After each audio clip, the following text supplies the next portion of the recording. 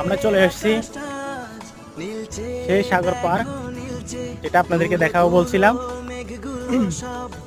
যে দেখতে পাচ্ছেন এখানে সে সাগরের পানিগুলো, ছোট ছোট জায়গা আছে এগুলোর মধ্যে পানিগুলো উঠে গেছে এবং আবার নতুন করে পানি উঠতেছে দেখতেছি। ওই যে দেখা যাচ্ছে, দেখছেন? সত্যি জায়গাটা সত্যি অসাধারণ এবং দেখার মতন একটা জায়গা।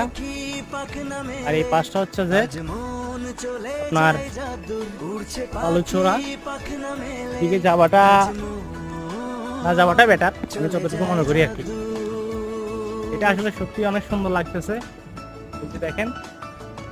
ওয়াও,